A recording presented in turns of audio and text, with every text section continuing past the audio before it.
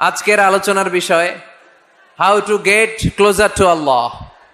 কি করে আমরা আল্লাহর কাছে যেতে পারি, কি করে আমরা আল্লাহর নৈকট্য পেতে পারি, কি করে আমরা আল্লাহর কাছের বান্দা হতে পারি। আমরা আল্লাহর নৈকট্য পাই, আমরা আল্লাহর ভালোবাসা পাই, আমরা আল্লাহর কাছের বান্দা হই, এটা আমরা চাই কি চাই না? আমরা সবাই চাই আল্লাহ তাআলার নৈকট্য পেতে। আল্লাহ তাআলা নিজেও বলেছেন আমি তোমাদের খুব কাছে। আল্লাহ কাছে না দূরে? সবাই বলতে হবে কাছে না দূরে? কাছে। কাছের জিনিসকে দেখা যায় কি যায় না? উত্তর দেন। কিন্তু আল্লাহরে দেখা যায় না। তিনি কাছে কিন্তু তারে দেখা যায় না। তিনি কোরআনে বলেছেন লা তুদরিকুহুল আবসার ওয়া হুয়া ইউদরিকুল আবসার ওয়া হুয়াল লাতীফুল খাবীর। তিনি দৃষ্টির আয়ত্তে নন, দৃষ্টি তার আয়ত্তে। তিনি সূক্ষ্মদর্শী, সব জানতা। পৃথিবীর কোন চোখ ওনারা দেখতে পায় না, কিন্তু তার চোখ সবাইরে দেখে। চিল্লায় বলেন তো তিনি কে? সব তিনি দেখতে পান, সব তিনি শুনতে পান। সাত আকাশের উপর সিদরাতুল মুনতাহা, তার উপরে আল্লাহর আরশ, তার উপরে আল্লাহর কুরসি, সেখানে আল্লাহ তাআলা সমাসীন। এই আরশের উপর থেকে আল্লাহ তাআলা জমিনের অতল গহ্বরে, কোন জঙ্গলে, কোন গুহার ভিতরে কোন পিপিলিকাও যদি হেঁটে যায়, আল্লাহ বলে এত উপর থেকে ওই পিঁপড়ার হেঁটে চলার পায়ের আওয়াজটাও আমি আল্লাহ শুনতে পাই। এজন্য কেউ যেটা শোনে না শোনে কে? কেউ যেটা দেখে না দেখে কে? কেউ যেটা পারে না পারে কে? আওয়াজ করে বলেন আল্লাহ কি আমাদের কাছে না দূরে? আমার বাবা মা আমার যত কাছের, তার চাইতো আমার বেশি কাছের কে? আমার স্ত্রী আমার যত কাছের, তার চাইতো আমার বেশি কাছের কে? আমি আমার যত কাছের, তার চাইতো আমার বেশি কাছের কে? আল্লাহ তাআলা তিনি যে আমাদের কাছের, এটা বোঝানোর জন্য তিনি কোরআনে দুটি শব্দ ব্যবহার করেছেন। আওয়াজ করে বলতে হবে কটি? দুটি। এক জায়গায় ব্যবহার করেছেন করিব, আরেক জায়গায় ব্যবহার করেছেন আকরাব। এক জায়গায় ব্যবহার করেছেন কি বলেন না? করিব। আরেক জায়গায় ব্যবহার করেছেন কি? রব্বুল আলামিন বলেন ওয়া ইযা সাআলাকা ইবাদি আন্নী ফাইন্নী করিব উজিবু দাওয়াতাদ দাঈ ইযা দাআন ফালইস্তাজিবু লি ওয়ালইউমিনু বি লাআল্লাহুম ইয়ারশুদুন। রব্বুল আলামিন বলেন নবী হে, আমার বান্দারা যখন তোমাকে জিজ্ঞেস করে আমি কোথায়, তুমি বলে দাও ইন্নী করিব, আমি কাছে। আল্লাহু আকবার। তিনি কাছে। আল্লাহর হাবিব সাল্লাল্লাহু আলাইহি ওয়াসাল্লামকে আল্লাহ কমান্ড দিলেন, আপনি বলে দেন যখনই উম্মতেরা জিজ্ঞেস করবে আল্লাহ কোথায়, আমি কোথায়, আপনি বলে দেন ফাইন্নী করিব, আমি কাছে। আরেক জায়গায় আল্লাহ ব্যবহার করলেন আকরাব, কাছে না। করিব মানে কাছে, আর আকরাব মানে সবচাইতে কাছে।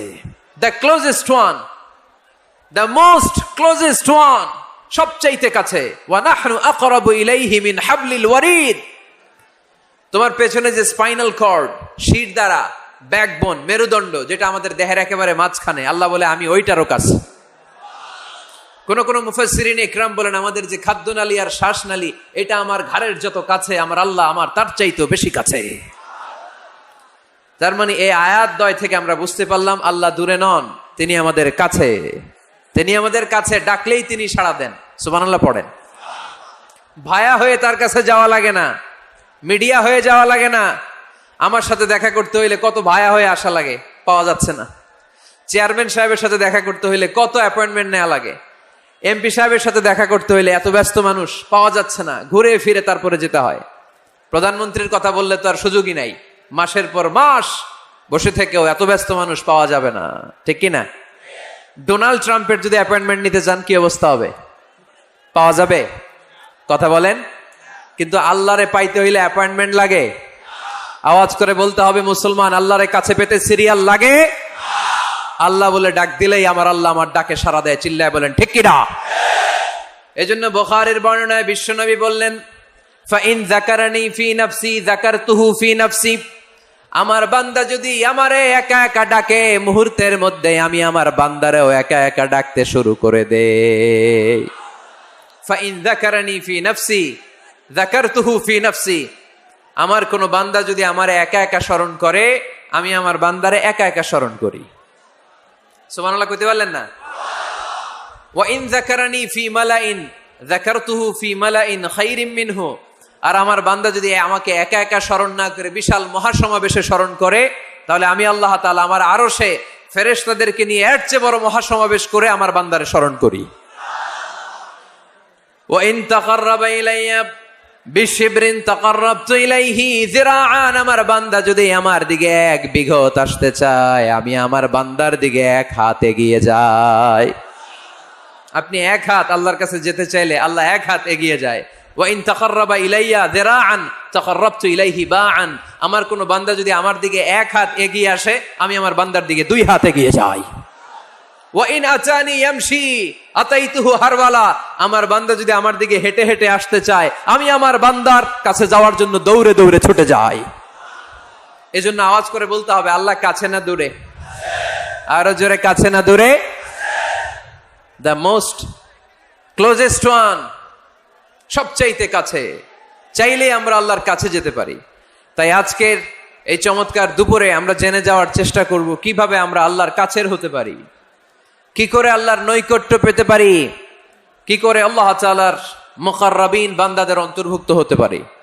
আল্লাহ আমাদের সবাইকে, এখানে উপস্থিত সবাইকে তোমার নৈকট্য প্রাপ্ত বান্দাদের অন্তর্ভুক্ত করে নাও। তোমার কাছের বান্দাদের তালিকায় আমাদের নামগুলো সেখানে তুমি তুলে নাও।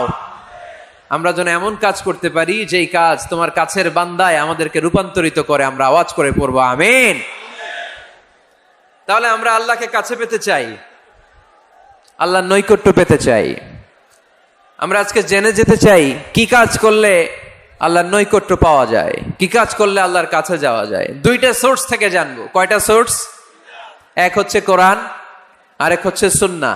আওয়াজ করে জবাব দেন, এক হচ্ছে, আরেক হচ্ছে। তো আসেন কোরআনকে আমরা জিজ্ঞেস করি, কোরআন তুমি আমাদেরকে বলো কি করে আমরা আল্লাহর কাছে যেতে পারি, কি করে আমরা আল্লাহর কাছের বান্দা হতে পারি, কি করে আমরা আল্লাহ তাআলার নৈকট্য পেতে পারি। এবার কোরআন আমাদেরকে প্রেসক্রিপশন দিচ্ছে, শোনো, তোমরা যদি আল্লাহর নৈকট্য প্রাপ্ত বান্দা হতে চাও তাহলে সেজদায় লুটিয়ে পড়ো। সুবহানাল্লাহ পড়তে পারলেন না? ওয়াসজুদ ওয়াক্তারিব, ওয়াসজুদ ওয়াক্তারিব। কোরআনের নির্দেশ হচ্ছে সেজদায় লুটিয়ে পড়ো, আল্লাহর নৈকট্য হাসিল করো। ওয়াসজুদ ওয়াক্তারিব, সূরা আলাকের শেষ আয়াতের শেষাংশে আল্লাহ আমাদেরকে শিখাইয়া দিচ্ছেন, আমার কাছে আসতে চাও, ওয়াসজুদ, সেজদায় লুটিয়ে পড়ো, ওয়াক্তারিব, আমার কাছে চলে আসো। সুবহানাল্লাহ পড়েন। আমার সাথে সাথে আয়াতটা মুখস্থ করেন, আওয়াজ করে সবাই পড়েন, ওয়াসজুদ ওয়াক্তারিব, ওয়াসজুদ ওয়াক্তারিব। সবাই পড়েন না, ওয়াসজুদ ওয়াক্তারিব। এর মানে হচ্ছে সেজদায় লুটিয়ে পড়ো আর আমার কাছে আসো। prostrate and be closer to me, সেজদায় লুটিয়ে পড়ো আর আমার কাছে চলে আসো। সহিহ বুখারীর বর্ণনায়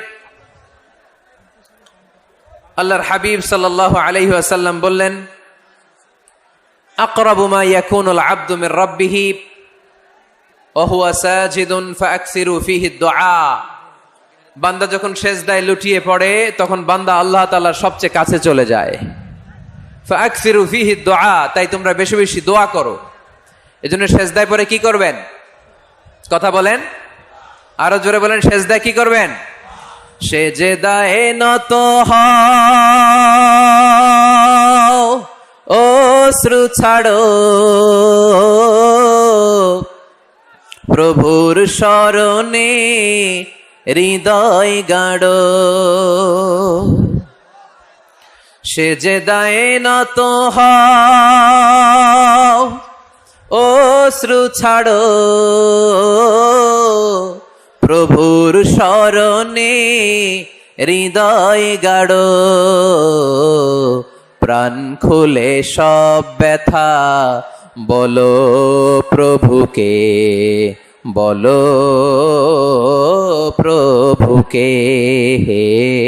রাত কি কেটে যাবে ঘুমে অলসে, রাত কি কেটে যাবে ঘুমে অলসে। তুমি কি জানবে না তোমার নিজেকে প্রভুকে, রাত কি কেটে যাবে ঘুমে অলসে। ঠিক কিনা? ঘুমে অলসে আমাদের রাত কেটে যায়, সেজদা দেওয়ার সময় নাই। কখন প্রভুর দরবারে হাজিরা দেব, কখন সেজদা দেব? আল্লাহর হাবিব সাল্লাল্লাহু আলাইহি ওয়াসাল্লাম বললেন, আকরাবু মা ইয়াকুনুল আবদু মির রাব্বিহি ওয়া হুয়া সাজিদ ফাকসিরু ফীহি দুআ। তোমরা যখন সেজদায় লুটিয়ে পড়ো তখন তোমরা আল্লাহর সবচাইতে কাছে চলে যাও। এজন্য ওই সময় বেশি বেশি আল্লাহর কাছে চেয়ে নাও। সুবহানাল্লাহ পড়েন। মনের যত আকুতি আছে, যত জ্বালা আছে, যত বেদনা, সেজদায় পড়ে আল্লাহরে বলার দরকার আছে না নাই? কারণ কেউ যেটা শোনে না, শোনে কে? পরীক্ষায় ভালো করতে চান, সেজদায় লুটিয়ে পড়ে আল্লাহরে বলেন। নেককার স্ত্রী চান, সেজদায় পড়ে আল্লাহরে বলেন। নেককার সন্তান চান, সেজদায় লুটিয়ে পড়ে আল্লাহরে বলেন। বিসিএস পরীক্ষায় টিকতে চান, সেজদায় লুটিয়ে পড়ে আল্লাহকে বলেন। পাসপোর্ট দিয়ে রেখেছেন, ভিসা হয় না, সেজদায় লুটিয়ে পড়ে আল্লাহরে বলেন। মনের যত জ্বালা, যত যন্ত্রণা, যত আকুতি, যত হাহাকার, সেজদায় লুটিয়ে পড়ে আল্লাহরে বলেন। কারণ আল্লাহর দরবার এমন দরবার, এই দরবার থেকে কেউ কোনোদিন খালি হাতে ফিরে না। চিল্লায় বলেন ঠিক কিনা? কেউ ফিরে না খালি হাতে আল্লাহরে তোর দরবারেতে, তাই না? পড়েন সবাই, কেউ ফিরে না। আকরাবু মা ইয়াকুনুল আবদু মির রাব্বিহি ওয়া হুয়া সাজিদ। বান্দা যখন সেজদায় লুটিয়ে পড়ে, বান্দা আল্লাহর সবচাইতে কাছে চলে যায়। এই কথাটা মনে থাকবে আপনাদের সবার। আমরা কখন আল্লাহর সবচেয়ে কাছে যাই? আওয়াজ করে বলেন। যখন আমরা সেজদায় পড়ে থাকি। আপাত দৃষ্টিতে মনে হয় সেজদাটা যখন দেই জায়নামাজের উপরে আমার কপালটা পড়ে, সেজদাটা যখন দেই মসজিদের টাইলসের উপরে আমার সেজদাটা পড়ে, সেজদাটা যখন দেই মনে হয় যে মসজিদের কাপড়ের উপর আমার কপালটা পড়ে। কিন্তু বিশ্বনবী বলেন না, তোমার কপালটা আল্লাহর কুদরতি পায়ের উপরে পড়ে। আকরাবু মা ইয়াকুনুল আবদু মির রাব্বিহি ওয়া হুয়া সাজিদ। বান্দা যখন সেজদায় লুটিয়ে পড়ে, বান্দা আল্লাহর সবচাইতে কাছে চলে যায়।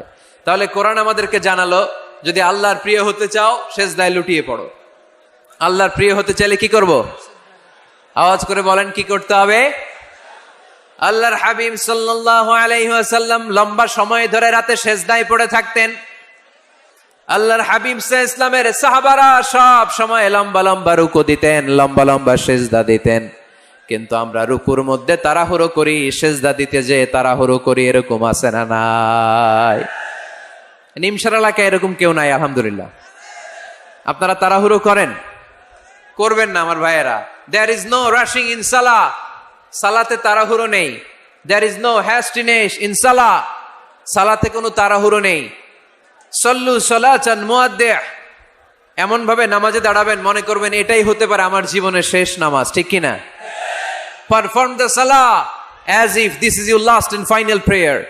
এমন ভাবে মুসল্লায় দাঁড়ান মনে করেন এটাই হতে পারে জীবনের শেষ নামাজ। This is my last chance. এখন বাজে 3:30। কেউ যদি বলে আসরের যে নামাজটা পড়বেন এটাই আপনার জীবনের শেষ নামাজ, ওই নামাজ আপনি তাড়াহুড়া করবেন? কথা বলেন। আরে কাঁদতে কাঁদতে আপনি শেষ। এত সুন্দর ওযু বানাবেন, এত সুন্দর আতর মেখে যায় নামাজ বিছিয়ে পাঞ্জাবিটা পরে আপনি নামাজে দাঁড়াবেন। রুকুতে কি সুন্দর রুকু করবেন, লম্বা সময় সেজদা করে চোখের পানি দিয়ে তো সেদিন আপনার জায়নামাজ আপনি ভিজিয়ে দিবেন। ঠিক কিনা? কেন এমনটা করবেন? কারণ আপনি জেনে গিয়েছেন এটাই আমার শেষ নামাজ, তাই না? তো প্রতিটা নামাজের সময় এই জিনিসটা ভাবলে সমস্যা কোথায়? আমরা যে আরো আধা ঘন্টা এখানকার সবাই বেঁচে থাকবো কোনো গ্যারান্টি আছে? আরো 10 মিনিট হায়াত পাবো, গ্যারান্টি? 5 মিনিট, 2 মিনিট, শ্বাস যেটা নিলাম, ব্রেথ ইন করলাম, এটার ব্রেথ আউট করতে পারবো, কোনো গ্যারান্টি আছে? তো প্রতিটা সালাতের মুসল্লায় যখন দাঁড়াই এই চিন্তাটা আমাদের মাথায় আসে না কেন যে এটাই আমার শেষ নামাজ? সল্লু সালাতান মুআদ্দি'। আমার প্রিয় কুমিল্লাবাসী ভাইয়েরা, যখনই নামাজে আমরা দাঁড়াবো আমরা ভাববো হতে পারে এটাই আমার জীবনের শেষ নামাজ।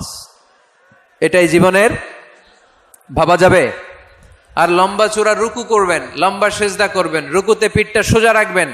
আল্লাহর হাবিব সাল্লাল্লাহু আলাইহি ওয়াসাল্লাম যখন রুকু করতেন পিঠটা থাকতো স্ট্রেট ফরওয়ার্ড, বাঁকাও না উঁচুও না, ওয়া কানা বাইনা যালিক। সাহাবারা বলতেন আল্লাহর হাবিব সাল্লাল্লাহু আলাইহি ওয়াসাল্লামের রুকুর পিঠের উপরে পানি ভর্তি কোনো গ্লাস রেখে দিলে গ্লাসটাও কাঁপবে না, পানিটাও পড়বে না।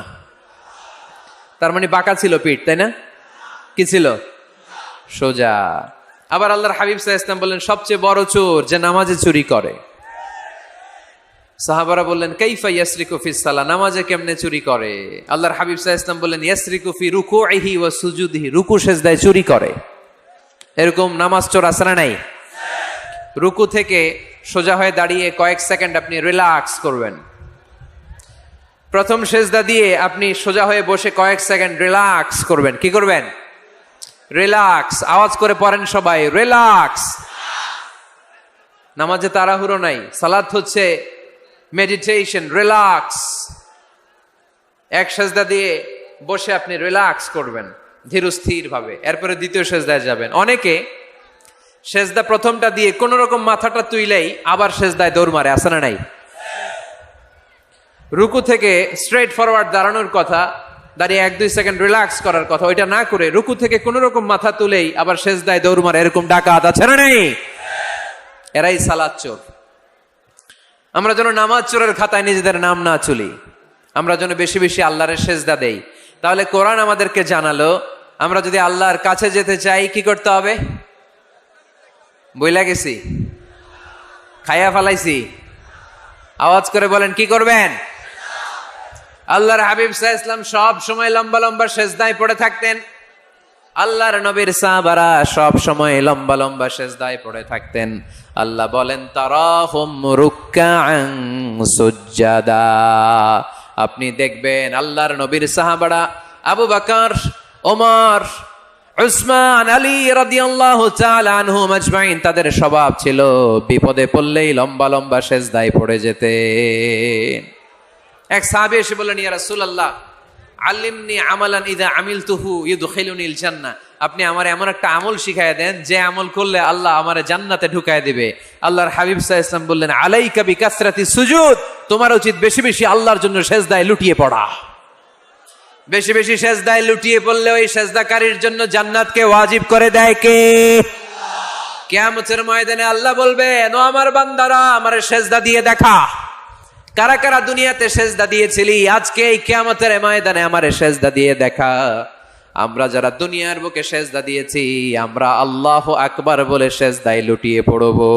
আলহামদুলিল্লাহ পড়েন। আর যারা দুনিয়ার বুকে সেজদা দেয় নাই, মসজিদে যায় নাই, সেজদাকারীদের সাথে আন্দোলন করে নাই, তারা সেদিন অনেক চেষ্টা করেও তাদের পিঠটারে বাঁকা করতে পারবে না। তাদের পিঠটারে সেই দিন লোহার মতো শক্ত করে দিবে কে? ইয়াউমা ইউকশাফু আন সাকিন ওয়া ইউদআউনা ইলাস সুজুদি ফালা ইস্তাতিউন। সেদিন আল্লাহ তাআলা উনার পায়ের গোছা উন্মুক্ত করবেন, পায়ের গোছা দেখাবেন আর বলবেন, সেজদা দাও, সেজদা দাও।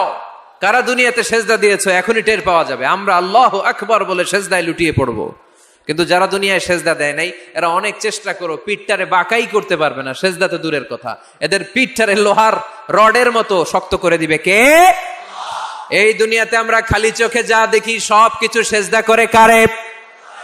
সূরার রহমানে আল্লাহ বললেন, ওয়ান নাজমু ওয়াশ-শাজারু ইয়াসজুদান, আকাশের তারকারাজি আর জমিনের বৃক্ষরাজি সব কিছু সেজদা দেয় একজন রে, তিনি কে? আকাশের তারাগুলো সেজদা দেয় কারে? এই গাছপালাগুলো সেজদা দেয় কারে? দেখছেন কোনোদিন? দেখেন নাই? ওই চোখ আমাদের নাই, তাই আমরা দেখি না। এই পৃথিবীর সব কিছু জিকির করে আল্লাহর, কিন্তু এই কান আমাদের নাই, এজন্য আমাদের কান দিয়ে আমরা শুনি না। রব্বুল আলামিন বলেন, ওয়া ইম মিন শাইইন ইল্লা ইউসাব্বিহু বিহামদিহি ওয়ালাকিন লা তাফকাহুনা তাসবিহ। যেখানেই যেটা থাকে না সব কিছু জিকির করে কার? এই যে আকাশের পাখিগুলো উড়ে বেড়ায়, পাখিগুলো জিকির করে কার? নদী নালা জিকির করে কার? সাগর মহাসাগর জিকির করে কার? পাখিরা যায় উড়ে যায় আকাশের ওই নীলিমায়, নদীরা যায় ছুটে যায় সাগরের ওই মোহনায়। পাখ পাখালি আর সাগর নদী, পাখ পাখালি আর সাগর নদী, কার গুণগান গায়।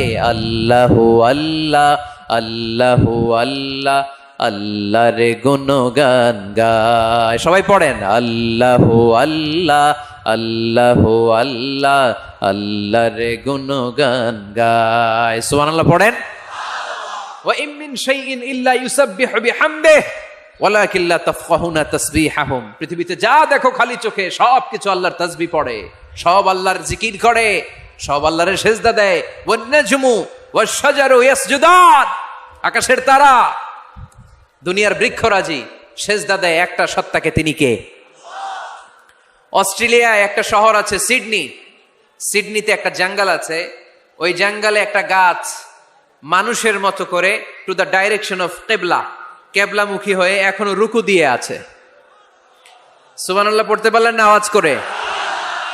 অনেক ক্যালেন্ডারে ছবিটা দেখা যায়, পেপার কাটিং আমি দেখেছি। একেবারে মানুষের মতো গাছটা, এটা এমন ভাবে বড় হয়েছে, এটা বড় হয়ে এমন ভাবে বেন্ড করেছে, মাথাটা বাঁকা হয়ে টু দ্য ডাইরেকশন অফ কিবলা, কেবলামুখী হয়ে রুকু করে আছে। অনেক গাছ আছে সেজদা করে আছে। গোটা বিশ্বের যা কিছু দেখা যায় সবকিছু সেজদায় লুটিয়ে পড়ে কার জন্যে? সবকিছু জিকির করে কার? ওই কান আমাদের নাই তাই আমরা শুনি না, ওই চোখ আমাদের নাই তাই আমরা দেখি না, কিন্তু মহাবিশ্বের সবকিছু সেজদা করে কারে? এজন্য আমরাও সেজদা করতে চাই একজনকে। চিল্লায় বলেন, তিনি কে? আমরা মসজিদে একটা সেজদা দেব, আবার মাজারে যে আর একটা দেব। হ্যাঁ, সমস্যা কি? সব জায়গায় দিলাম, মসজিদেও কিছু দিলাম, মাজারেও কিছু দিলাম। কুমিল্লার ভাইয়েরা আওয়াজ করে উত্তর দাও, মুসলমান সেজদায় কোনো ভাগাভাগি চলে? আল্লাহর রাজত্বে কোনো ভাগাভাগি আছে? সেজদা চলবে একজনের জন্য, তিনি কে? কোনো ভণ্ডামির সাথে ইসলামের কোনো সম্পর্ক, ভণ্ডামির সাথে কোরআনের কোনো সম্পর্ক। ভণ্ডদের ভালো হওয়ার সুযোগ এখনো আছে না নাই? আজকের এই লাখো জনতার মাহফিল থেকে আমরা তাদেরকে উদাত্ত আহ্বান জানাই, ভণ্ডামি ছেড়ে দেন, ভালো হয়ে যান। ভালো হইতে পয়সা লাগে না। দোদেল বান্দা কালমা চোর, না পায় শ্মশান না পায় ঘোর, দিন থাকিতে আয়রে পথে ছাইড়া দে ভণ্ডামি, ভণ্ডামি ভণ্ডামি ভণ্ডামি, ছাইড়া দে ভণ্ডামি। ঠিক কিনা? নামাজ কালাম পড়ে না, ইবলিশ শয়তানের নানা। এরকম আছে? নামাজ টামাজ নাই, লাল শালু গায়ে দেয়া, গোসল করে না, মাথার চুল দাড়িতে জট বাগানো, বছরে গোসল করে একবার, বছরের একবার ওই গোসলের পানি মুরিদরা খাইয়া সব শেষ। এরকম আছে না নাই? এই অপরিচ্ছন্নতার সাথে, এই নোংরামির সাথে, এই মেন্টালি ডিসঅর্ডারের সাথে পরিচ্ছন্ন ইসলামের কোন সম্পর্ক আছে? নামাজ কালাম পড়ে না, ইবলিশ শয়তানের নানা, ধর্মের একখান খুঁটি ধইরা কয়দিন করবা হয়রানি, ভণ্ডামি ভণ্ডামি ভণ্ডামি, ছাইড়া দে ভণ্ডামি। ঠিক কিনা? দোদেল বান্দা কালমা চোর, না পায় শ্মশান না পায় ঘোর, দিন থাকিতে আয়রে পথে ছাইড়া দে ভণ্ডামি, ভণ্ডামি ভণ্ডামি ভণ্ডামি, ছাইড়া দে ভণ্ডামি। আওয়াজ তুলে বলেন ঠিক কিনা? কোন ভণ্ডামির সাথে আমাদের সম্পর্ক আছে? এই কপালটারে সৃষ্টি করেছে কে? আমার দেহটারে তৈরি করেছে কে? আমার এই কপাল দিয়ে সেজদা পাওয়ার উপযুক্ত একটাই সত্তা, চিল্লায় বলো মুসলমান, তিনি কে? মনে থাকবে? আল্লাহ ছাড়া অন্য জায়গায় সেজদা দিবেন? মাজারে সেজদা দিবেন? বাজারে সেজদা দিবেন? সেজদা দিবেন কারে? সেজদা দিলেই লাভ, সেজদা দিলেই। তাহলে কোরআন আমাদেরকে শেখালো ওয়াসজুদ ওয়াক্তারিব, prostrate and be closer to me. তোমরা না আল্লাহর কাছে যেতে চাও? তোমরা না আল্লাহর নৈকট্য প্রাপ্ত বান্দা হতে চাও? তোমরা না আল্লাহর কাছের মাহবুব পেয়ারা বান্দা হতে চাও? তাহলে সেজদায় লুটিয়ে পড়ো, সেজদায় লুটিয়ে পড়ো, আল্লাহ তাআলা তোমাদেরকে কাছে টেনে নেবে। আওয়াজ তুলে বলেন ঠিক কিনা? মুসা আলাইহিস সালাম ফেরাউনের সামনে যেয়ে দাঁড়ালেন। ফেরাউনের জাদুকররা বিশাল বড় বড় বাঘ বানালো, সিংহ বানালো, সাপ বানালো। মুসা আলাইহিস সালাম দেখে ভড়কে গেলেন, ভয় পেয়ে গেলেন। আল্লাহ বললেন মুসা ভয় নাই, তোমার লাঠিটা খালি ফেলো। কি ফেলো? মুসা আলাইহিস সালামকে একটা লাঠি দিছে কে? লাঠি ফেলার সাথে সাথে মুহূর্তের মধ্যে হাইয়াতান তাসা, বিশাল এক অজগর সাপ। এই বিশাল অজগর সাপ ফেরাউনের জাদুকরদের বানানো সব ভাগ, ভাল্লুক, সিংহ আর সাপগুলো রেখে বিশাল ফানা ধরে আছে। আর সাপ বলতে শুরু করেছে, আর কি আছে নিয়ে আয়। সুবহানাল্লাহ কইতে পারলেন না? এই দৃশ্য দেখার সাথে সাথে ফেরাউনের রাজপ্রাসাদের সামনে যতগুলো জাদুকর ছিল, কোরআন বলে ফাউলকিয়াস সাহারাতু সাজিদিন। এই দৃশ্য দেখা মাত্রই ফেরাউনের নিয়ে আসা বড় বড় জাদুকরগুলো মুসা আলাইহিস সালামের সামনে দাঁড়িয়ে আল্লাহর জন্য সেজদায় লুটিয়ে পড়েছে। ফাউলকিয়াস সাহারাতু সাজিদিন, সেজদায় লুটিয়ে পড়ে ঘোষণা দিল, আমি ফেরাউনরে মানি না, আমি কোন নাস্তিককে মানি না, আমি মুসার রব, হারুনের রব, বনি ইসরাইলের রব, আল্লাহর জন্য সেজদায় লুটিয়ে পড়লাম। চিল্লায় পড়েন আল্লাহু আকবার। মুহূর্তেই এক সেজদার কারণে তাদের নসিবে হেদায়েত দিয়ে দিয়েছে কে? পৃথিবীর কেউ কাউরে হেদায়েত দিতে পারে? অনেক বাবা ছিল নবী, ছেলের কপালে হেদায়েত নাই, আছে না নাই? অনেক ছেলে ছিল নবী, বাবার কপালে হেদায়েত নাই, আছে না নাই? হেদায়েত দেওয়ার মালিক একজন, চিল্লায় বলেন তিনি কে? একটা সিজদা, একটা সিজদা, একটা সিজদার আদেশকে অমান্য করার কারণে ইবলিস জাহান্নামীদের সর্দার। চিল্লায় বলেন ঠিক কিনা? ওয়া ইয কুলনা লিল মালাইকাতি ইসজুদু লিআদম ফাসাজাদু ইল্লা ইবলিস আবা ওয়াস্তাকবারা ওয়া কানা মিনাল কাফিরিন। আল্লাহ বললেন, ও ফেরেশতাকুল সবাই আমার আদেশ মোতাবেক আদমকে সেজদা করো। সবাই সেজদা করলো, একজন ছাড়া, সে কে? আরো জোরে বলেন কি নাম? আবা, অস্বীকার করলো, ওয়াস্তাকবার, অহংকার দেখালো, ওয়া কানা মিনাল কাফিরিন, কাফেরদের অন্তর্ভুক্ত হলো, জাহান্নামীদের সর্দার হলো। কয়টা সেজদার আদেশ? আওয়াজ করে বলেন, কয়টা সেজদার আদেশ অমান্য করছে? সেজদা কয়টা দেয় নাই? আপনি দেন নাই কয়টা? হ্যাঁ, আমরা দেই নাই কয়টা? এক সেজদা না দিয়া জাহান্নামীদের লিডার।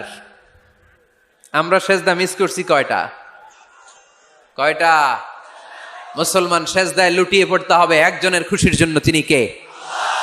তাহলে কোরআনকে যে প্রশ্ন করেছি, কোরআন সব উত্তর দিয়ে ফেললো। কোরআন আমাদেরকে জানিয়ে দিল, তোমরা সবাই আল্লাহর নৈকট্যপ্রাপ্ত বান্দা হতে চাও, আল্লাহর কাছের বান্দা হতে চাও, তাহলে ওয়াসজুদ, কি করো? সবাই বলে নাই, আওয়াজ করে বলো মুসলমান, ওয়াসজুদ মানে কি? সেজদা করো। সেজদা করলেই আল্লাহর কাছে যাওয়া যায়। মনের যত জ্বালা যন্ত্রণা দুঃখ ব্যথা আপনি সেজদায় পড়ে আল্লাহরে বলেন। কোনো ভায়া লাগবে না, কোনো মিডিয়া লাগে না, কোনো সিরিয়াল লাগে না, কোনো অ্যাপয়েন্টমেন্ট লাগে না। ডাকতে দেরি, ডাকে সাড়া দিতে দেরি হয় না। তাহলে কোরআনের আলোকে আজকে আমরা জেনে গেলাম আল্লাহর কাছে যেতে হলে সেজদায় লুটিয়ে পড়তে হয়। এবার আমরা সুন্নাহর আলোকে জানার চেষ্টা করব কি করে আল্লাহর কাছে যেতে হয়। শুনবেন? কষ্ট হচ্ছে নাকি আপনাদের? সুন্নাহকে যদি আমরা জিজ্ঞেস করি, বিশ্বনবী রেখে যাওয়া সুন্নাতে যদি আমরা একটু তালাশ করি, একটু স্ক্যানিং করি, একটু চোখ বুলাই, তাহলে সুন্নাহ আমাদেরকে বলে বেশি বেশি নফল ইবাদত করো আর আল্লাহর নৈকট্য হাসিল করো। সুবহানাল্লাহ পড়বেন না? কোরআন বলেছে সেজদায় লুটিয়ে পড়ো। যা যা বললাম আমি ওঠার আগে জিজ্ঞেস করে আবার শুনে যাব, কারণ আমি মনে করি এটা ক্লাস। এটা কি ক্লাসে পড়া দেওয়া নেওয়া আছে না নাই? এতক্ষণ পড়ানোর পরে জিজ্ঞেস করার দরকার আছে না নাই? কোরআন বলছে কি আর সুন্নাহ কি বলে? নফল ইবাদত। আওয়াজ করে বলতে হবে, সুন্নাহ কি বলে? বুখারীর বর্ণনা, আল্লাহর হাবিব সাল্লাল্লাহু আলাইহি ওয়াসাল্লাম বলেন, মা ইয়াজালু আবদি ইয়াতাকাররাবু ইলাইয়া বিন-নওয়াফিল, বান্দা যত বেশি নফল ইবাদত করতে থাকে, করতে করতে করতে করতে বান্দা আমার কাছের নৈকট্য প্রাপ্ত বান্দা হয়ে যায়। হাত্তা উহিব্বাহু, এরপর আমি আমার বান্দারে এত ভালোবাসি, কুনতু সামআহুল্লাযী ইয়াসমাউ বিহি, বান্দা যখন শুনে সে তার নিজের কান দিয়ে শুনে না, আমি আল্লাহর কানে শুনে। কুনতু বাসরাহুল্লাযী ইউবসিরু বিহি, বান্দা যখন দেখে নিজের চোখে দেখে না, আমি আল্লাহর চোখে দেখে। ওয়ায়াদাহুল্লাতী ইয়াবতিশু বিহা, বান্দা যখন কিছু ধরে বান্দার হাতে ধরে না, আমি আল্লাহর হাতে ধরে।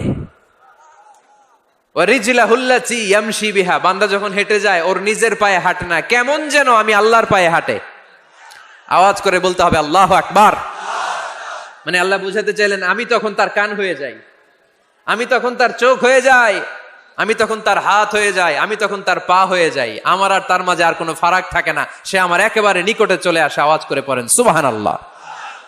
এজন্য বিশ্বনবী সাল্লাল্লাহু আলাইহি ওয়াসাল্লাম বদরের প্রান্তরে তলোয়ার নাই, ঘোড়া নাই, ওট নাই, সৈন্য সামন্ত নাই, না খেয়ে হাড্ডি সারা 313 জন মুসলমানকে নিয়ে আল্লাহর উপর ভরসা করে বদরের প্রান্তরে দাঁড়ালেন। আর ওইদিকে কাফেরদের সৈন্যবাহিনী ছিল 1000। কয় হাজার? মুসলমান কয়জন? মাত্র 313 জন। ওদের কাছে অস্ত্র শস্ত্রে সজ্জিত সেনাবাহিনী, বিশ্বনবীর 313 জনের কাছে তলোয়ার নাই, ঘোড়া নাই, কিচ্ছু নাই। বিশ্বনবী আল্লাহর উপর ভরসা করে এক মুষ্টি বালি নিয়ে ওয়াশাহাতিল ওযু, কাফেরদের চোখগুলো ধ্বংস হোক বলে তিনি বালুগুলো ছড়িয়ে দিলেন। মুহূর্তের মধ্যে 1000 সৈন্যবাহিনীর কাফের সৈনিকদের চোখের মধ্যে ধূলিকণা পৌঁছে দিল কে? আল্লাহর হাবিব সাল্লাল্লাহু আলাইহি ওয়াসাল্লাম বদরের প্রান্তর থেকে এক মুষ্টি বালু নিয়ে বললেন শাহাতিল ওযু, বলে তিনি বালু ছুড়ে মারলেন। 1000 সৈন্যবাহিনীর চোখের মধ্যে বালু ছড়াই দিছে কে? বুঝে শুনে উত্তর দিয়েন। এখানে 1000 লোক দাঁড়ানো, আমি বালু নিলাম, গায়ের যত জোর আছে সবার চোখের দিকে মারলাম। 1000 জনের চোখের ভিতরে ঢুকবে? সর্বোচ্চ 5 জন, বেশি হইলে 10 জন, তার চেয়ে বেশি হইলে 20 জন, বেশি হইলে 50 জন। বুঝে শুনে উত্তর দিয়েন। আমার মুষ্টিবদ্ধ বালু ছুঁড়ে মারলে 1000 মানুষের চোখের মধ্যে পড়বে? আওয়াজ করে বলেন পড়বে। এজন্য আল্লাহ বলেন নবী ওটা তুমি মারো না, ওটা আমি মারছি।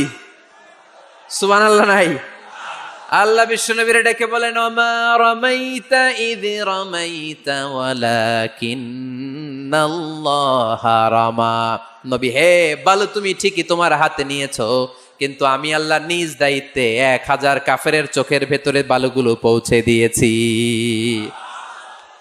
তাহলে বান্দা যখন নফল ইবাদত করে তখন বান্দার হাত আর বান্দার হাত থাকে না, ওইখানে আল্লাহর হাত যুক্ত হয়ে যায়। বান্দার পা থাকে না, সেখানে আল্লাহর পা যুক্ত হয়ে যায়।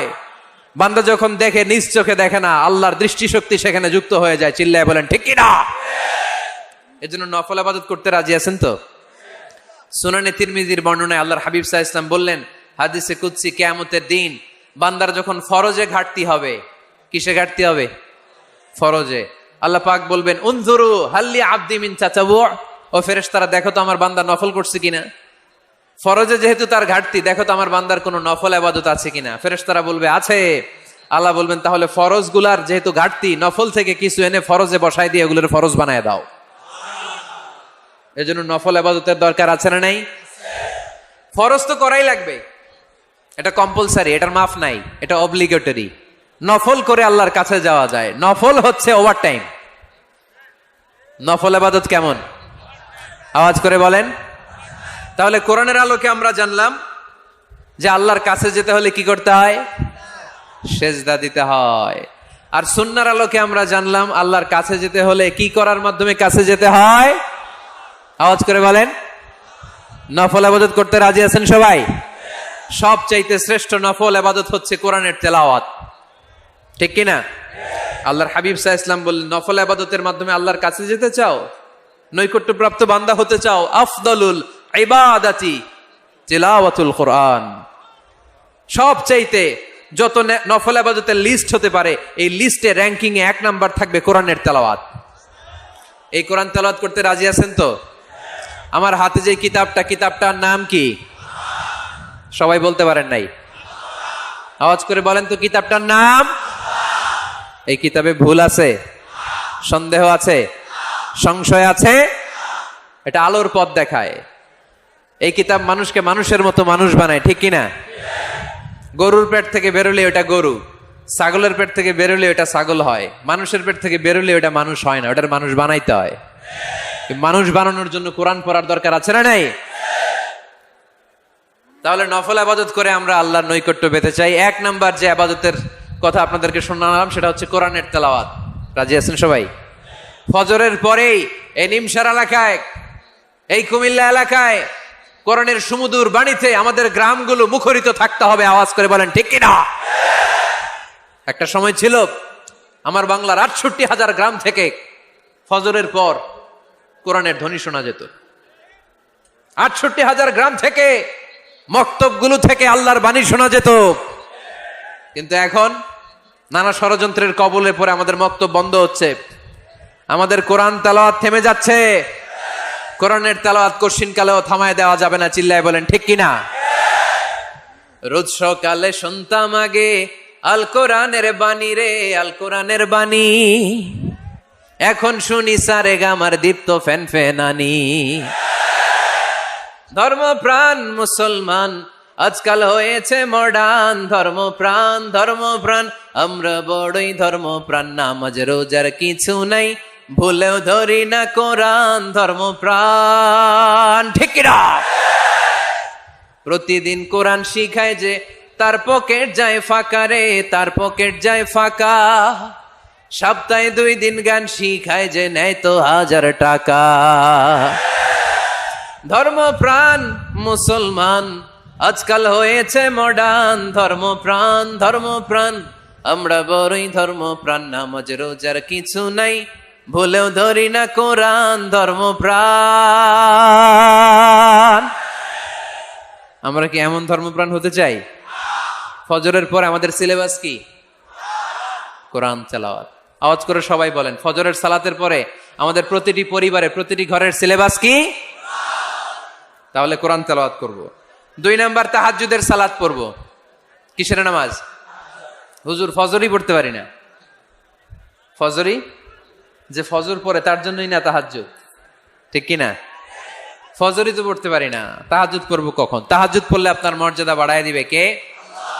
রাব্বুল আলামিন বলেন, ওয়া মিনাল লাইলি ফাতাহাজ্জাদ বিহি নাফিলাতাল লাকা আসা আন ইয়াবআসাকা রাব্বুকা মাকামাম মাহমুদা। তাহাজ্জুদের নামাজ যারা পড়বে তাদের মর্যাদা বাড়িয়ে দেয় কে? কারণ ওই মুহূর্তে আল্লাহ প্রথম আকাশে নেমে আসেন আর ডাকে, আলা মিন মুস্তাগফিরিন আগফিরালা, কার ক্ষমা দরকার ক্ষমা চা, ক্ষমা করে দেব। আলা মিন মুস্তাকসিন আকসুলা, কার খাবারের দরকার পোশাকের দরকার চাও দিয়ে দেব, চাও কার কি লাগবে চাও আমি দিয়ে দেব। এজন্য শেষ রাতের দোয়া আল্লাহ কবুল করে। এই যে রমজান আসতেছে না সামনে, কোন মাসে রমজান? এপ্রিলে। রমজানে তাহাজ্জুদ পড়ার একটা সুবর্ণ সুযোগ, কারণ সাহারি খাওয়ার জন্য তো ওঠাই লাগে, একটু তাহাজ্জুদের অভ্যাস করব আমরা। রাজি আছি তো সবাই? 3 নম্বর নফল ইবাদত হচ্ছে দোয়া। সবাই সবার জন্য দোয়া করবে। অনেকে কয় হুজুর আমার দোয়া আমি করবো, ওরটা ওই করবো, এর লাগে আমি করুম কেন? আছে না নাই? না, এটা ভুল। নিজের জন্য করবেন, অন্যের জন্য করবেন। মা মিন আবদিন মুসলিম ইয়াদউ লিআখিহিল মুসলিম ইল্লা ক্বালা লাহুল মালাকু ওয়ালাকা বিমিসলিন। কোন বান্দা যখন তার ভাইয়ের জন্য দোয়া করে, ফেরেশতারা বলে আল্লাহ এই দোয়াটা যে দোয়া করছে আগে তার জন্য কবুল করে নাও। আপনি দোয়া করলেন আল্লাহ আমার ভাই অসুস্থ, তারে সুস্থ করে দাও, ফেরেশতারা বলে আল্লাহ যিনি দোয়া করতেছে তার যদি কোনো অসুস্থতা থাকে আগে তারে সুস্থ করে দাও। তাহলে অন্যের জন্য দোয়া করলে লাভ আছে না নাই? দোয়া করতে জানে না অনেকে, দোয়ার আলোচনা আছে আমার, ইউটিউবে সার্চ দিবেন দোয়া, মিজানুর রহমান আজহারি পেয়ে যাবেন। It's an art. দোয়াটা একটা শিল্প। এটার মধ্যে চোখের পানি জুড়ে দিবেন, আবেগ জুড়ে দিবেন, মুহূর্তেই আরশের মধ্যে যে নক করবে। সুবহানাল্লাহ কইবেন না? চোখের পানির দাম আল্লাহর কাছে খুব বেশি। 2 ফোঁটা পানি। কি আপনারা বিরক্ত হয়ে গেছেন? আর 2-1 মিনিট বসেন। 2 ফোঁটা পানি আল্লাহর কাছে প্রিয়। আওয়াজ করে বলেন কয় ফোঁটা?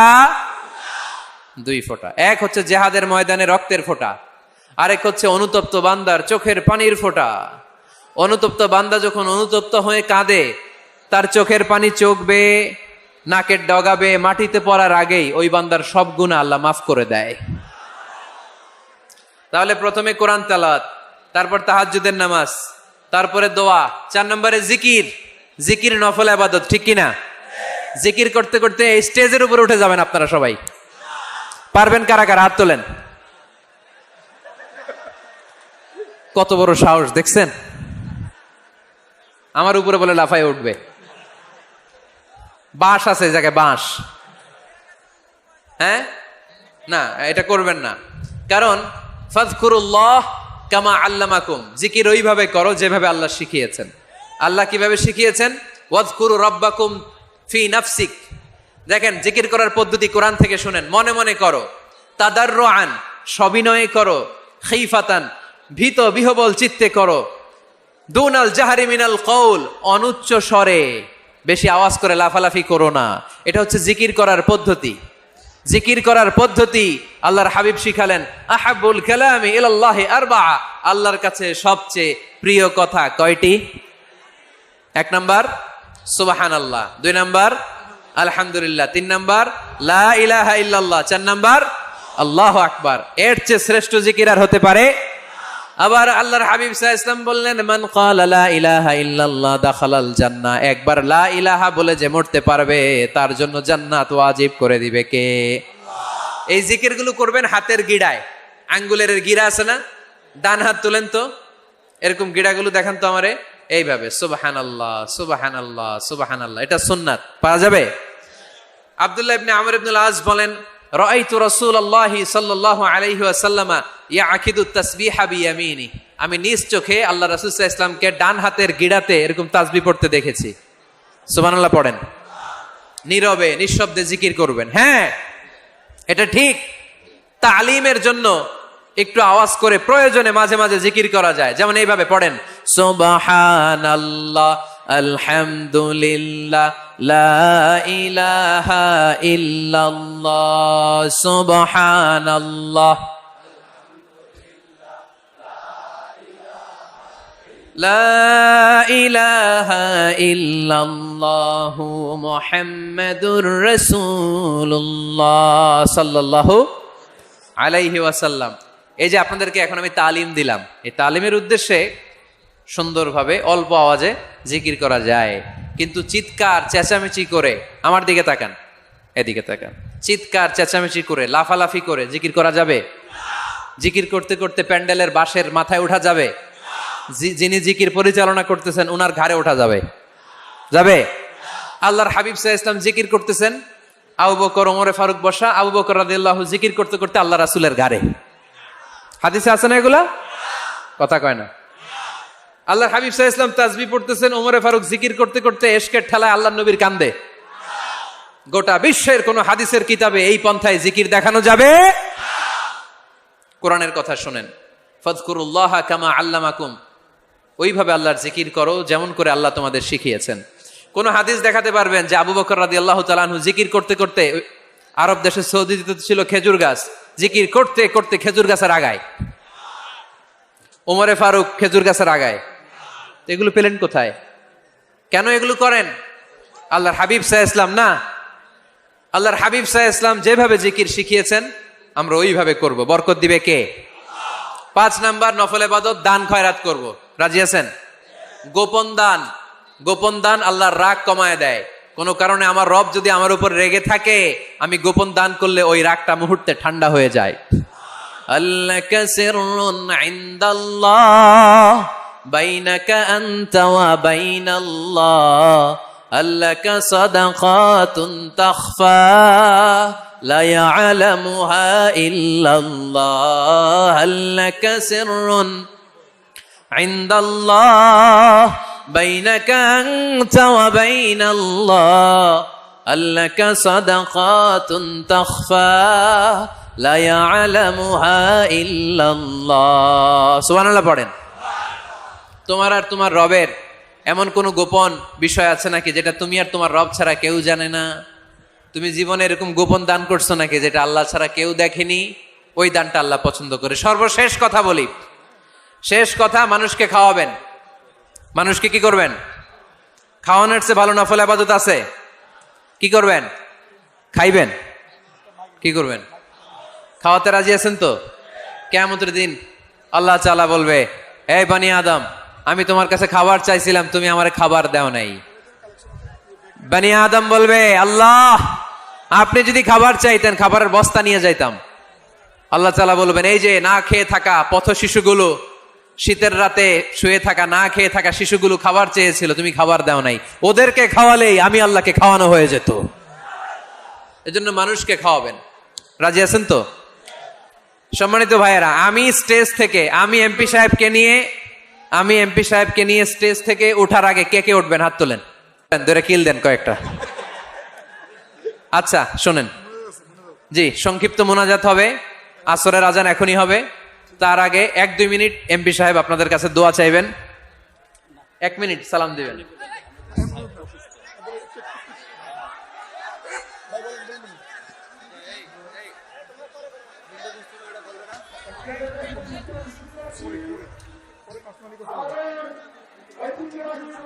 করে না এমন কোন লোককে স্ত্রী যেন ঘরে অ্যালাউ না করে। স্বামী পছন্দ করে না এমন কোন লোককে আপনার স্ত্রী ঘরে অ্যালাউ করতে পারবে? আমার বোনেরা খবরদার, আপনার স্বামীর পারমিশন ছাড়া, আপনার স্বামী পছন্দ করে না এরকম কোন লোককে আপনার ঘরে আপনি অ্যালাউ করতে পারবেন না। 8 নাম্বার, স্বামীকে আর্থিকভাবে সহযোগিতা করা। যদি স্ত্রী ধনী হয়, আমরা সব এক করে ফেলছি, আসলে ইসলামের দৃষ্টিতে স্বামীর ব্যালেন্স আলাদা, স্ত্রীর ব্যালেন্স আলাদা। স্বামীর যাকাত আলাদা, স্ত্রীর যাকাত আলাদা, ঠিক কিনা? স্ত্রী ধনী হতে পারে, স্ত্রীর আলাদা সম্পদ থাকতে পারে। যদি স্ত্রীর সম্পদ থাকে, স্ত্রীর উচিত তার সম্পদ দিয়ে তার স্বামীকে এস্টাবলিশ হতে, স্বাবলম্বী হতে সহায়তা করা। যদিও এটা আল্লাহ তাআলা আবশ্যক করে দেন নাই, কারণ আর্থিক ফিনান্সিয়াল সব কাজগুলোকে স্বামীর উপরে খরচ করেছে কে?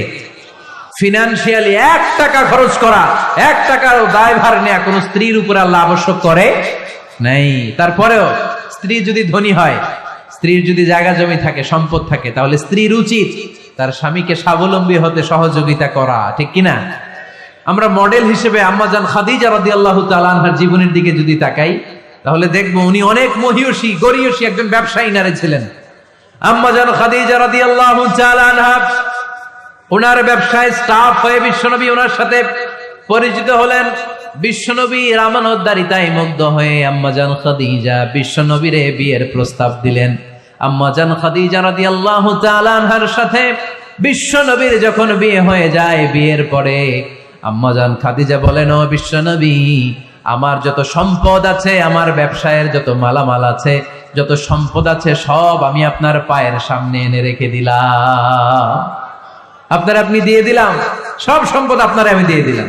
আপনি ইচ্ছে মতো মানুষকে দান করতে পারেন, খরচ করতে পারেন, দাওয়াতি কাজে, মুসলিমদেরকে আজাদ করার কাজে আপনি ব্যয় করতে পারেন। আওয়াজ করে পড়েন আল্লাহু আকবার। আম্মাজান খাদিজাকে যদি আমরা মডেল হিসেবে ধরি, তাহলে প্রতিটা বোনের উচিত তাদের যদি অর্থকড়ি থাকে, সম্পদ থাকে, স্বামীকে স্বাবলম্বী হতে ওই সম্পদ দিয়ে সাহায্য করার দরকার আছে না নাই? কথা বলেন না কেন? 9 নাম্বার, স্ত্রীর দায়িত্ব দাম্পত্য জীবনকে সুখময় করতে নিজেকে স্বামীর সামনে বিউটিফাই করে উপস্থাপন করা। ওই যে কয় ঠিক আসছে, নিজেদের পক্ষে আসলেই ঠিক। নিজেকে বিউটিফাই করে, মেকআপ করে স্বামীর সামনে উপস্থাপন করা। রাগ করবেন না আমার বোনেরা, আমি আপনাদেরকে খুব ভালোবাসি এবং বোনরাও আমাকে খুব ভালোবাসে। আমার একটা পেজ আছে আমার নামে, এই ফেসবুকে মিজানুর রহমান আজহারি। এই পেজে প্রতিদিন শত শত প্রশ্ন আসে। এই প্রশ্নের বেশিরভাগ প্রশ্ন আমাদের বোনদের। অনেক বোনরা বলে, হুজুর আপনার ওয়াজ আমরা শুনি, কারণ আপনি আমাদেরকে খুব সম্মান দিয়ে কথা বলেন। আলহামদুলিল্লাহ, আমি আমার বোনদেরকে ভালোবাসি, মাদেরকে ভালোবাসি। আমি আমার মা বোনদেরকে বলবো, আপনারা নিজেদেরকে গুছিয়ে সাজিয়ে স্বামীর সামনে উপস্থাপন করেন। অনেক বোনেরা আছে বাইরে যাওয়ার সময় পার্লারিং করে, মেকআপ করে, সুন্দর জামা কাপড় পরে বাইরে যায়, আর স্বামীর সামনে আসলে বুয়ার মতো থাকে। আছে না নাই? স্বামীর সামনে পচা জামা, ছিঁড়া জামা, চুলের মধ্যে নাই সুগন্ধি, নিজেকে গুছিয়ে রাখে না, সামলে রাখে না, কাজের বুয়ার মতো নিজেকে উপস্থাপন করে স্বামীর সামনে। আর বাইরে গেলে মেকআপ করে, পার্লারিং করে যায়। হওয়া দরকার ছিল উল্টা, বাইরে আপনি সাদা সিধা ভাবে যাবেন, বোরকা দিয়ে নিজেকে ঢেকে যাবেন। বাইরে যাওয়ার সময় কোনো নারী পারফিউম ইউজ করে যেতে পারবে না। নারীরা যত পারফিউম ইউজ করতে মনে চায় আপনার বেডরুমে, আপনার স্বামীর সামনে, ঠিক কিনা? স্বামীর সামনে পারফিউম ইউজ করেন, নিজেকে উজাড় করে সাজান স্বামীর জন্য। এই প্রতিটা সাজুগুজুতে সওয়াব আছে না নাই? ইসলাম কতটা চেক এন্ড ব্যালেন্স, কতটা ভারসাম্যপূর্ণ জীবন ব্যবস্থা। খবরদার, নারীরা ডিওডোরেন্ট ইউজ করে বাইরে যেতে পারবে, যেটা সে তার আর্মপিটে ইউজ করে, কিন্তু ঝাঁঝালো পারফিউম বোরকার উপর দিয়ে মেরে কোনো নারী বাইরে যেতে পারবে? কথা বলেন। সুনানে নাসাইর হাদিস, আল্লাহর হাবিব বলেন, আইয়ুমা ইমরাআতিন ইস্তা'সারাত নাফসাহা ফামাররাত আলা কওমিন লিয়াজিদু রিহাহা ফাহিয়া জানিয়া। কোন নারী যদি তার জামার উপর দিয়ে পারফিউম মেখে পুরুষ লোকের দৃষ্টি আকর্ষণের জন্য ঘরের বাইরে বের হয়, যতটা পুরুষ তার চেহারার দিকে লোলুপ দৃষ্টি নিয়ে তাকাবে, ততটা পুরুষের সাথে জিনার গুনাহ ওই মহিলার আমল নামায় তুলে দিবে কে? পারফিউম মেখে যদি কোনো নারী বেরোয় এই উদ্দেশ্যে যে ছেলেরা আমাদের প্রতি আকৃষ্ট হবে, যতটা ছেলে তার দিকে তাকাবে প্রত্যেকটা ছেলের সাথে জিনার গুণ আল্লাহ তাআলা এমনি তার আমলনামায় তুলে দিবে। নাউজুবিল্লাহ পড়েন। এজন্য খবরদার, নিজেকে সাজিয়ে গুজিয়ে স্বামীর সামনে উপস্থাপন করুন। সাজিয়ে গুজিয়ে অনেক স্ত্রীরা আছে ড্রাইভারের সাথে কথা বলার সময় মিষ্টি হাসি দিয়ে কথা বলে। বাজারে শপিং করতে গেলে আসসালামু আলাইকুম ভাই কেমন আছেন, কি সুন্দর আসসালামু আলাইকুম। স্বামীর সামনে আসলে আর এই মিষ্টি কথাটা নাই, আছে না নাই? বাইরে তোমার চিকন গলায় কিসের আসসালামু আলাইকুম? হ্যাঁ না, বাইরে আপনি আসসালামু আলাইকুম দিতে যাবেন না, ঝটপট করে কর্কশ ভাষায় কথা বলে শেষ। কেউ ফোন দিয়েছে, হ্যালো কে? স্বামীকে চায়, উনি বাসায় নাই, কাট।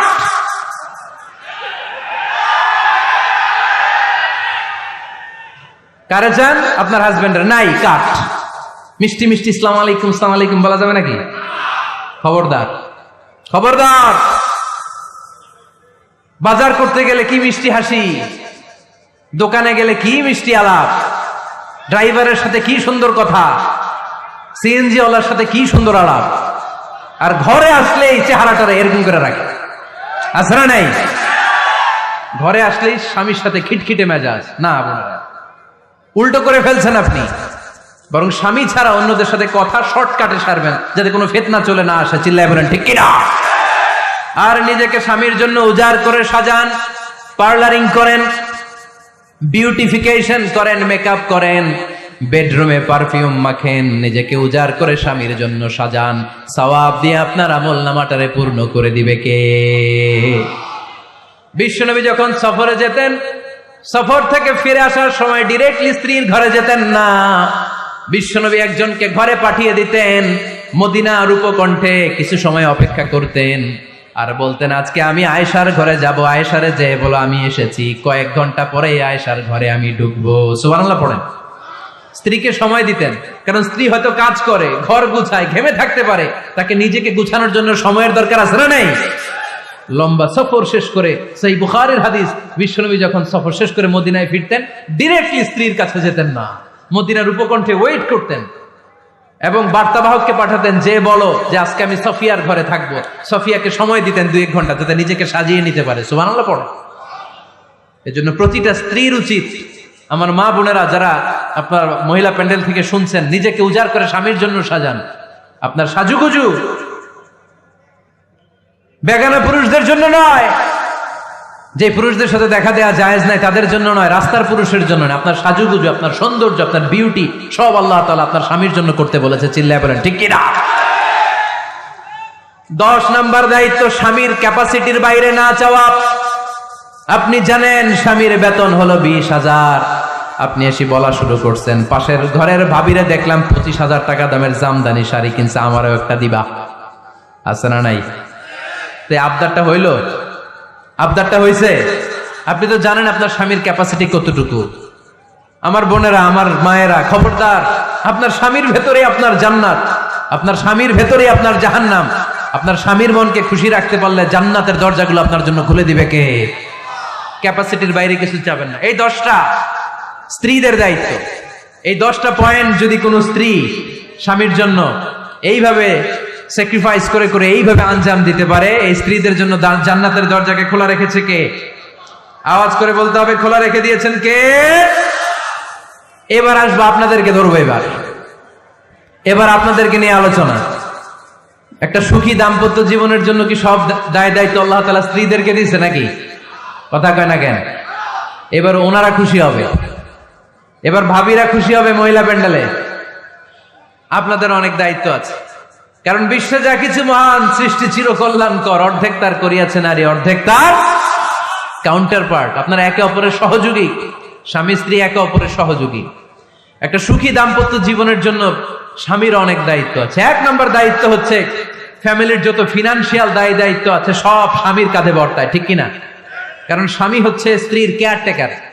আর রিজালু কাওয়ামুনা আলান নিসা, কাওয়াম শব্দটার এক বচন হচ্ছে কাওয়ামুন, আর বহু বচন হচ্ছে কাওয়ামুন, এক বচন হচ্ছে কাওয়াম। এর মানে হচ্ছে in charge. You are the in charge of your wife, you are the caretaker of your wife. আপনি আপনার স্ত্রীর দায়িত্বশীল, স্ত্রীকে রক্ষা করা আপনার দায়িত্ব। পুরুষকে আল্লাহ তাআলা নারী জাতিকে প্রোটেকশন দেওয়ার জন্য বানিয়েছে, ঠিক কিনা? নারীকে একেবারে ধর্ষণের জন্য পুরুষদেরকে বানানো নাই, চিল্লায় বলেন ঠিক কিনা? যারা নারীকে ধর্ষণ করে অন্যায় ভাবে, এগুলো পুরুষ না, এগুলো কাপুরুষ। এগুলো কি? আওয়াজ করে বলতে হবে, এগুলো কি?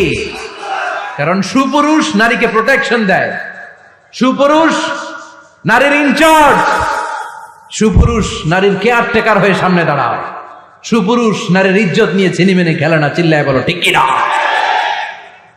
এজন্য আল্লাহ বললেন আর রিজালু কাওয়ামুনা আলান নিসা, পুরুষরা হলো নারীর ইনচার্জ, নারীর কেয়ারটেকার।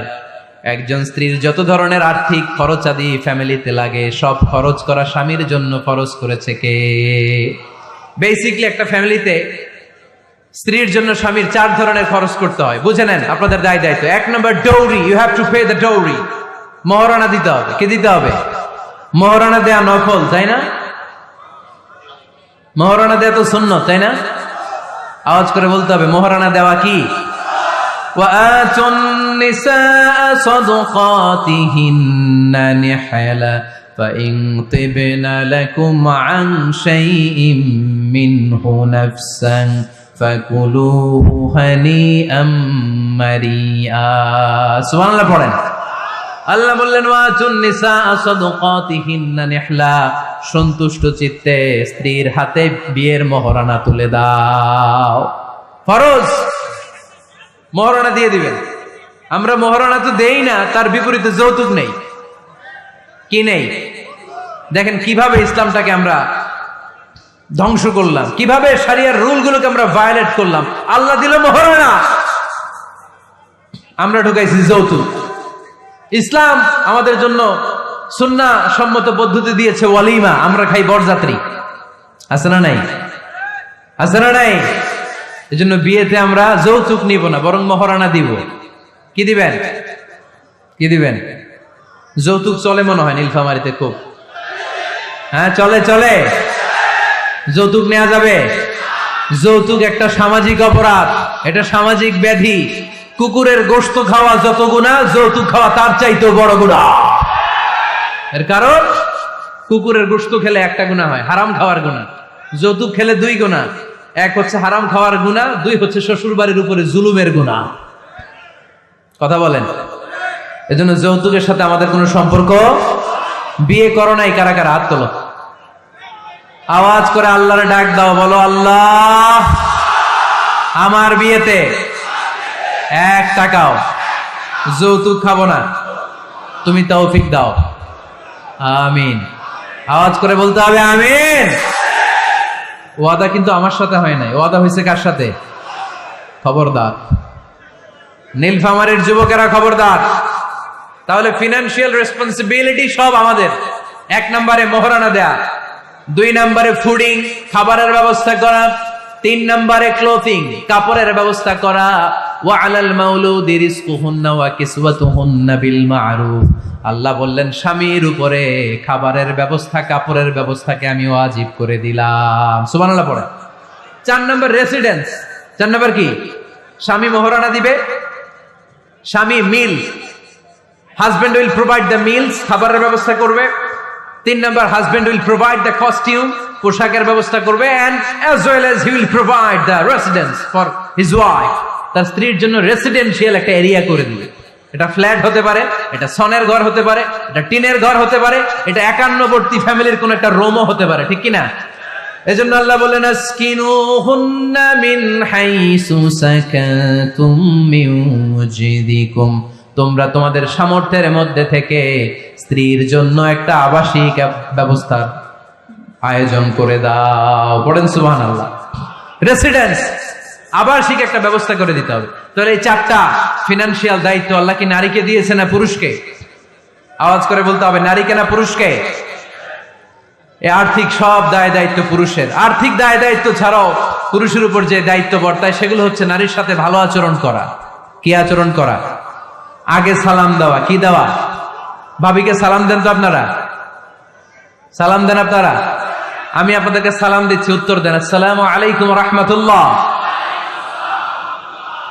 এবার আপনারা আমাকে সালাম দেন তো। ওয়ালাইকুম আসসালাম ওয়া রাহমাতুল্লাহ। এইভাবে সালামের প্র্যাকটিস করা যাবে?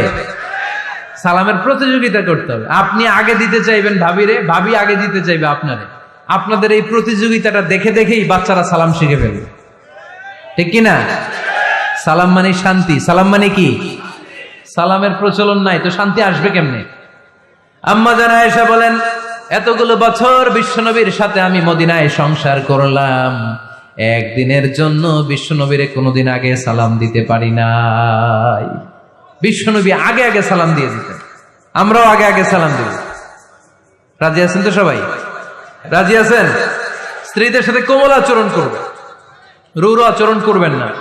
হাদিসে এসেছে খলিকনা মিন দিলা, নারীদেরকে বাঁকা পাঁজরের হাড় থেকে তৈরি। প্রত্যেক স্বামীর বাঁকা হাড় থেকে তার স্ত্রী তৈরি এমনটা নয়। সাইয়েদনা আদম আলাইহিস সালামের বাঁকা পাঁজরের হাড় থেকে হাওয়া আলাইহিস সালামকে তৈরি। ফলে ওই একটা বাঁকা স্বভাব প্রত্যেক নারীর ভেতরে আছে না নাই? এই বাঁকা হাড্ডির সোজা করতে গেলে হাড্ডি ভেঙে যায়, আর রেখে দিলে বাঁকাই থেকে যায়।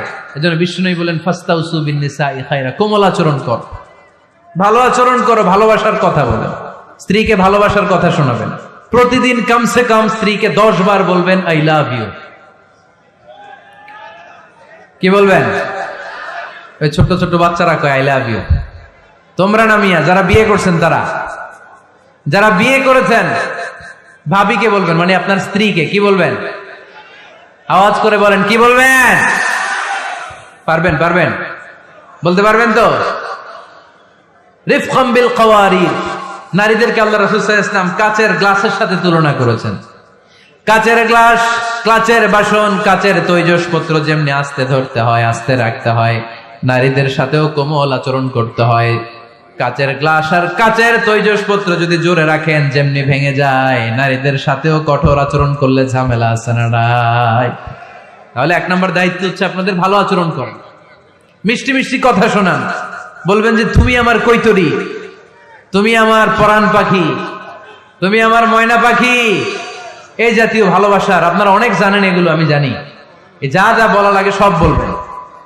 পারবেন তো? পারা যাবে? পারা যাবে? আওয়াজ করে বলেন তো ইনশাআল্লাহ।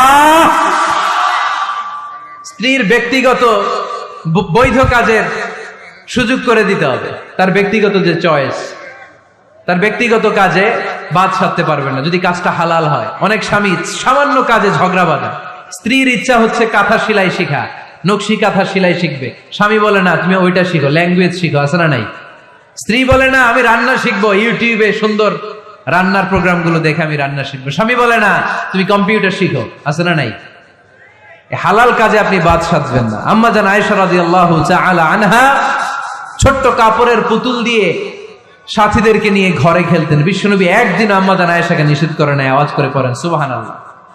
এজন্য স্ত্রীর বৈধ কাজে বাধা দেওয়া যাবে? বাধা দেওয়া যাবে। 4 নম্বরে স্ত্রীর এপ্রিসিয়েশন করবেন, ভালো কাজের, তার কাজের প্রশংসা, তার রান্নার প্রশংসা, তার সৌন্দর্যের প্রশংসা। আমরা এগুলো করি না। আপনার স্ত্রী আপনার ঘর গোছায়, আপনার কাপড় চোপড় ধুয়ে রাখে, বাচ্চাগুলারে খাবার খাওয়ায়, আপনার জন্য রান্না করে, সারাটা দিন কত কষ্ট করে। একদিন আমি বলি নাই থ্যাঙ্কস, জাযাকাল্লাহ, জাযাকিল্লাহ, আল্লাহ তোমার উত্তম জাযা দেখ। বউ তুমি অনেক কষ্ট করো, পুরো ফ্যামিলিটাই তো তুমি দেখে রাখো, অনেক করেছো তুমি, তোমার শুকরিয়া। একদিনও থ্যাঙ্কস দেয় না, এরকম ডাকাইত আছে না নাই? আজকে থেকে থ্যাংক ইউ দিতে পারবেন তো? কাজের প্রশংসা করবেন, রান্নার প্রশংসা করবেন। আল্লাহ রাসূল সাল্লাল্লাহু আলাইহি ওয়াসাল্লাম স্ত্রীদের রান্নার প্রশংসা করতেন। কখনো আল্লাহর হাবিব সাল্লাল্লাহু আলাইহি ওয়াসাল্লাম রান্নার বদনাম করেন নাই, কখনো না। এজন্য আমরাও করব না। রাজি আছেন তো সবাই? সবাই রাজি? আজকে থেকে স্ত্রীর প্রশংসা করতে রাজি আছেন তো? সুন্দর মোলায়েম সুরে স্ত্রীদেরকে ডাকবেন। কি বলে ডাকেন? ভাবিকে কি বলে ডাকেন বলেন? হ্যাঁ, টিয়া পাখি। আর কি ডাকেন? ময়না পাখি। আর কি? জান। জান বলে ডাকেন? ওরে সর্বনাশ, ডাইকেন। এরকম সুন্দর সুন্দর যত শব্দ আছে এগুলো বলে ডাকবেন। আম্মা জান আয়েশার প্রশংসা বিশ্বনবী করতেন, বলতেন ইন্না ফাদলা আয়েশাতা আলান নিসা কাফাদলি সারিদি আলা তুআমিকুম। আরব বিশ্বের খাবারের মধ্যে একটা শ্রেষ্ঠ খাবারের নাম সারিদ। শ্রেষ্ঠ খাবারের নাম কি? এই আলোচনা শেষ হয়েছে তো দাঁড়ায় ফটো তুলো কেন? বসো মিয়া, বসো বসো বসো, একসাথে একসাথে বিদায় নিন, বসো। আরব বিশ্বে একটা মজার খাবার আছে, খাবারের নাম সারির। আওয়াজ করে বলেন তো খাবারটার নাম কি? সারির। রুটি আর গোশত একসাথে মিক্স করে এরকম স্তর বানায়, কেটে কেটে খাওয়ায়। বিশ্বনবী বললেন আরব বিশ্বের খাবারের মধ্যে যেমনি সারির সেরা, নারিকুলের মধ্যে আমার স্ত্রী আয়েশা সেরা। করেন সুবহানাল্লাহ। আম্মা জান আয়েশাকে বিশ্বনবী এত ভালোবাসতেন, আম্মা জান আয়েশা গ্লাসের যেই জায়গায় মুখ লাগিয়ে দুধ পান করতেন ওই জায়গাটা খুঁজে খুঁজে বিশ্বনবী ঠোঁট লাগিয়ে দুধ পান করতেন। পড়েন সুবহানাল্লাহ। আম্মা জান আয়েশা গোশত খাওয়ার পরে হাড্ডি চুষে চুষে রেখে দেওয়ার পরে আম্মা জান আয়েশার চোষা হাড্ডিটা নিয়ে বিশ্বনবী আবার চুষতে শুরু করে দিতেন। পড়েন সুবহানাল্লাহ। বিশ্বনবী স্ত্রীদের সাথে এক বালতি থেকে পানি নিয়ে দুইজনে একসাথে গোসল করতেন। পড়েন সুবহানাল্লাহ। এজন্য স্বামী স্ত্রীর সম্পর্কটা হচ্ছে মধুর সম্পর্ক। একে অপরকে ভালোবাসবেন, নিজের ভালোবাসার কথাগুলো প্রকাশ করবেন। অনেকে আছে 20 বছর তাদের সংসার, এক ঘরে থাকে, এক ছাদের নিচে, কিন্তু স্ত্রীকে যে ভালোবাসে মুখ ফুটে একদিনও বলতে পারে নাই। আছে না নাই? ভালোবাসা প্রকাশ করবে। সাহাবারা বললেন ইয়া রাসূলুল্লাহ, কাকে ভালোবাসেন বেশি? মান আহাব্বুন নাস ইলাইকা ইয়া রাসূলুল্লাহ, whom do you love the most, O my prophet? হে আল্লাহ রাসূল, কারে সবচেয়ে বেশি ভালোবাসেন, কারে বেশি লাভ করেন? বিশ্বনবী বললেন আয়েশারে বেশি লাভ করি। কোন সুবহানাল্লাহ। সাহাবীরা বললেন অমিনার রিজাল, পুরুষদের মধ্যে থেকে কারে বেশি ভালোবাসেন? বিশ্বনবী বললেন আবু আয়েশার বাবারে ভালোবাসি। এজন্য আপনি যে স্ত্রীকে ভালোবাসেন এটা প্রকাশ করবেন, ঘরের কাজে সহায়তা করবেন। ছোট্ট ছোট্ট কাজের যদি সহায়তা আপনি করেন, এটাতে আপনার স্ত্রীর জন্য অনেক হেল্প হয়ে যায়। আমার বিশ্বনবী নিজ হাতে ছাগলের দুধ দহন করে আম্মা জান আয়েশার জন্য নিয়ে আসতেন। পড়েন সুবহানাল্লাহ। নিজে রুটির খামির বানাতেন, আম্মা জান আয়েশা এটা চুলায় সেকা দিতেন। নিজে জুতা সেলাই করতেন, নিজে নিজের কাপড় সেলাই করতেন। সুবহানাল্লাহ পড়েন। এজন্য গৃহস্থালী টুকিটাকি কাজের সহায়তা করা, হেল্প করা, এটাও সুন্নাত। দাম্পত্য জীবন এমনি সুখকর হয় না মিয়া। বিশ্বনবী শিখায় গিয়েছেন কি করে একটা দাম্পত্য জীবন সুখময় করতে হয়। আল্লাহর হাবিব সাল্লাল্লাহু আলাইহি ওয়াসাল্লাম হালাল বিনোদন করতেন, স্ত্রীদেরকে নিয়ে মরুভূমিতে দৌড়াতেন, খুনসুটি করতেন। সব স্ত্রীরা চায় তাদের স্বামীরা তাদের সাথে একটু হাসি দিয়ে কথা বলুক, একটু রোমান্টিক কথা বলুক, একটু ভালোবাসার বিনিময় করুক। আল্লাহর হাবিব সাল্লাল্লাহু আলাইহি ওয়াসাল্লাম এটা করতেন। রাতের বেলা ভাবির নিয়ে দৌড়াদৌড়ি করছেন নাকি কোনোদিন? আল্লাহর হাবিব সাল্লাল্লাহু আলাইহি ওয়াসাল্লাম স্ত্রীদের নিয়ে দৌড়াদৌড়ি করতেন। আম্মা জান আয়েশা রাদিয়াল্লাহু তাআলা আনহাকে ঈদের দিন হাবাসী সাহাবাদের খেলা দেখিয়েছিলেন। সুবহানাল্লাহ পড়েন। বিশ্বনবী খেলা দেখিয়েছেন তার স্ত্রীকে। হাবাসী সাহাবারা তীর দিয়ে, ধনুক দিয়ে মসজিদে নববীর পাশে খেলাধুলা করছেন। বিশ্বনবী দাঁড়িয়ে থেকে আম্মা জান আয়েশা রাদিয়াল্লাহু তাআলা আনহাকে এই খেলাধুলা উপভোগের সুযোগ করে দিয়েছেন। সুবহানাল্লাহ পড়েন। ইসলামরে আমরা কঠিন বানিয়েছি। ইসলাম কঠিন নয়, ইসলাম সহজ। আল্লাহ ছাড় দেয় কিন্তু মাওলানা ছাড় দেয় না, এরকম আছে না নাই? এজন্য বাশশিরু ওয়ালা তুনাফিরু, ইয়াসসিরু ওয়ালা তুআসসিরু। ইসলামকে সহজ করে উপস্থাপন করেন, কঠিন বানাবেন না। স্ত্রীর মতামতের গুরুত্ব দিবেন। ফ্যামিলি মিটিং করলে স্ত্রী কি বলে শুনবেন। বাজার করতে গেলে ভাবি কি পছন্দ করে ওইটা আনবেন। দাঁড়ালেন কেন আপনারা? দাঁড়ালেন কেন? অনেক আগে বসেছে। অনেক স্বামী আছে তার যেটা ভাল লাগে ওইটাই কিনে বাজারে গেলে। আছে না নাই? নিজের গরুর গোশত খাইতে মনে চায় ওইটা কিনে, মাছ খাইতে মনে চায় ওইটা কিনে। আপনার স্ত্রীর হয়তো এগুলো পছন্দ না। স্ত্রীরা টক জাতীয় জিনিস পছন্দ করে, ঠিক কিনা? এর আমরা খাইতে মনে চায়, এর জলপাই খেতে মনে চায়, আচার খেতে মনে চায়। একটু খোঁজ নিবেন তার জন্য কি লাগবে। শপিং করতে গেলে নিজের মন মতো করবেন না। স্ত্রীকে দেশে রেখে প্রবাসে 6 মাসের বেশি সময় কাটাবেন না। Maximum 6 months. এগুলোর প্রত্যেকটার পেছনে লম্বা দলিল আছে, এত লম্বা কথা বলার সুযোগ নাই। 10 নাম্বার, স্ত্রীর জন্য দোয়া করা। কি করা? দোয়া করা। নেককার স্ত্রী যারা চান এখন থেকেই দোয়া করেন। আপনার দোয়ার আরশের উপর থেকে শুনে কে? এজন্য মুমিন বান্দারা দোয়া করে আর বলে রব্বানা হাব লানা মিন আজওয়াজিনা ওয়া যুররিয়াতিনা কুররাতা আ'য়ুন ওয়াজআলনা লিল মুত্তাকিনা ইমামা। বিশ্বাসী স্বামীরা আল্লাহর কাছে দোয়া করে, আল্লাহ আমাকে এমন নেককার স্ত্রী দেন, এমন নেককার সন্তান দেন যাদের দিকে তাকালে আমার চোখটা জুড়িয়ে যাবে। আওয়াজ করে পড়ে না আমিন।